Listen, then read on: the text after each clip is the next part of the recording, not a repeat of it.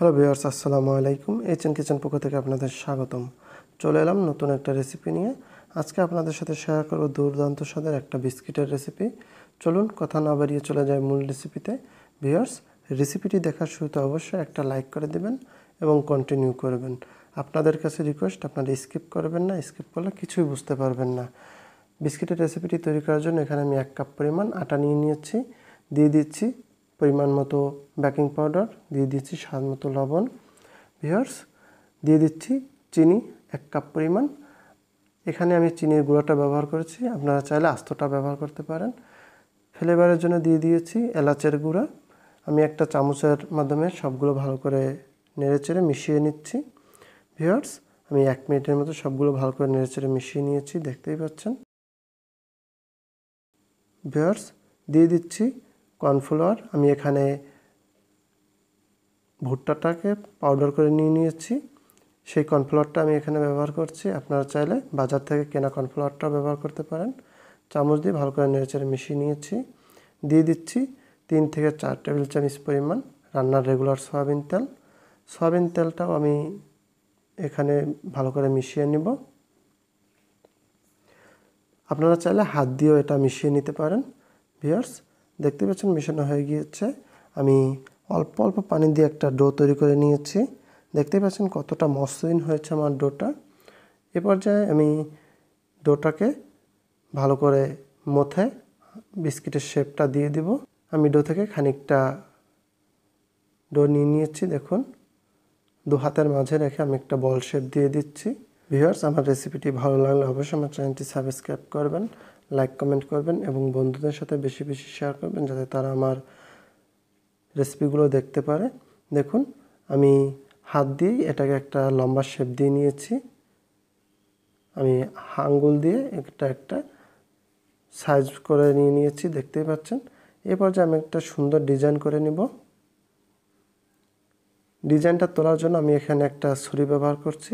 দেখুন কত সুন্দর একটা ডিজাইন চলে এসেছে বিস্কিটের, দেখতেই পাচ্ছেন। আপনাদের সুবিধার্থে আমি আরেকটা তৈরি করে দেখাচ্ছি। এভাবে ডো থেকে আমি সামান্য পরিমাণ লেচি কেটে নিয়েছি, হাতের ভিতর রেখে একটা বল শেপ দিয়ে দিচ্ছি, দেখতেই পাচ্ছেন।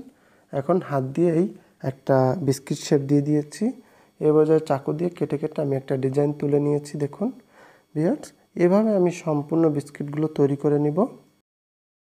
ভিউয়ার্স, আমার বিস্কিটগুলো রেডি হয়ে গিয়েছে। আমি একটা স্টিলের প্লেট ব্যবহার করছি এবং তাতে খানিকটা রান্নার রেগুলার সয়াবিন তেল ব্রাশ করে নিচ্ছি, দেখতেই পাচ্ছেন।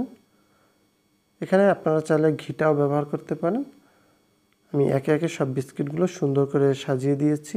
দেখুন কত সুন্দর দেখাচ্ছে আমার বিস্কিটের রেসিপিটা। এটা আমার সম্পূর্ণ রেডি হয়ে গিয়েছে। চলুন চলে যাই এটা বেক করার জন্য। ভিউয়ার্স, বিস্কিটগুলো বেক করার জন্য আমি একটা কড়াই ফ্রি হিট করে নিয়েছি। চলুন চলে যাব চুলার কাছে এগুলো বেক করার জন্য। ভিউয়ার্স, এ পর্যায়ে আপনারা বিশেষ করে লম্বা একটা চামচ ব্যবহার করবেন, অথবা এই কড়াইটা বসার সাথে সাথেই আপনারা বিস্কিটের প্লেটটা কড়াইতে বসিয়ে দিতে পারেন, নতুবা হাতে ছ্যাঁক লাগার সম্ভাবনা থাকবে। ঢাকনা দিয়ে ঢেকে দিচ্ছি।